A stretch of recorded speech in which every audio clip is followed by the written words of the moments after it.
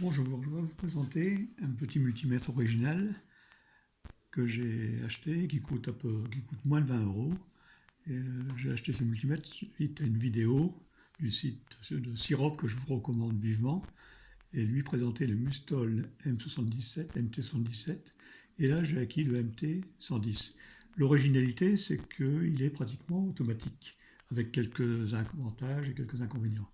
Exemple, je le mets en route, donc j'appuie 2 secondes sur la touche rouge, pour aller est en route. Et à partir de là, sans sélectionner aucune gamme, je prends les deux bornes comme et la borne d'à côté, tension, homme, etc. Et il suffit par exemple de connecter sur les deux fils. Et là, ça voit automatiquement que c'est une tension. Et ça va donc mesurer ici une tension de 5 volts. Si ensuite je me propose de le connecter sur une résistance d'une centaine d'ohms, et bien voilà, ça se transforme en ohmmètre. Et donc, on peut continuer ces manips.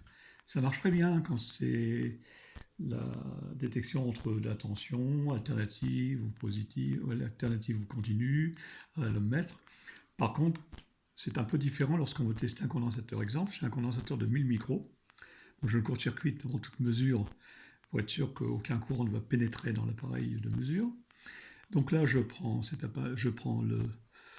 le condensateur, je le connecte,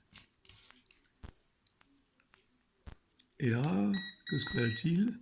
Eh bien, il m'indique une résistance qui augmente de plus en plus, qui correspond à la charge du condensateur. Donc là, j'attends 55 kg, 55 mégas, 550 mégas, 560 mégas, et puis voilà quoi. Donc ça ne mesure pas du tout la capacité. Donc je le déconnecte, et ensuite, bon, je court-circuite pour le décharger. Là maintenant, si j'appuie à nouveau sur le bouton rouge, je vais sélectionner une gamme ici de d'ohmmètre, ici de voltmètre, ici de capacimètre. Donc là, je refais la même manip. Je connecte le condensateur. Et là, effectivement, voilà. Alors là, bien sûr, la mesure est longue puisque c'est un courant constant certainement. Et il charge donc le condensateur. Et il m'indique bien, voilà, 1000 micros, ce qui correspond bien à la valeur du condensateur. Donc en résumé, c'est très pratique lorsqu'on le connecte entre le COM et la touche de droite tension ohmmètre pour repérer automatiquement une tension alternative ou continue ou mesurer une résistance. Et là, il se débrouille tout seul. Par contre, si vous souhaitez mesurer un condensateur, eh bien, il faut vraiment à ce moment-là se positionner sur la gamme condensateur pour avoir une information.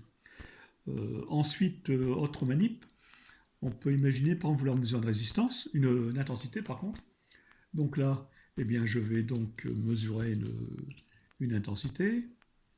Alors là, j'ai une chambre de résistance de 100 ohms là, qui est connectée. Ben, je vais profiter sur le 5 ohms de connecter donc en série la résistance avec la fiche multimètre.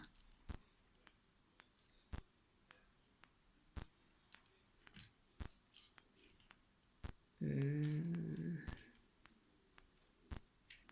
évidemment, comme j'étais passé en mode capacité, je pense qu'il n'a pas apprécié. Bon, c'est du live, j'ai rien préparé. Et voilà, oui. Là, je mesure bien 46 milliampères. Donc, ça correspond à l'intensité qui circule dans ma résistance de 100 ohms avec ma pile, mon accu qui fait 4 volts 5. Bon, pour information, il faut préciser que sur l'affichage, vous vérifiez que la mesure d'intensité n'est valable qu'à partir de 20 milliampères. La mesure de tension n'est valable qu'à partir de 0,6 volts. Exemple, je vais reprendre la mesure de tension. Donc là, je me déconnecte. Je vais reconnecter un potentiomètre au bord de l'alimentation 5 volts.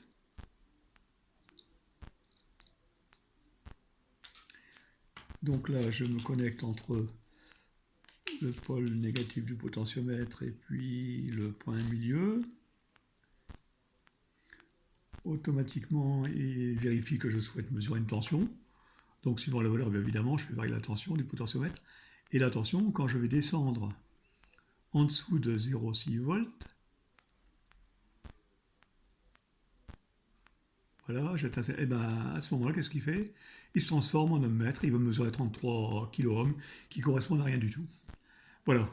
Donc, ceci dit, pour le prix, c'est quand même un outil intéressant lorsqu'on veut mesurer une tension ou une résistance sans se tromper de gamme. Il suffit de le connecter et puis c'est tout.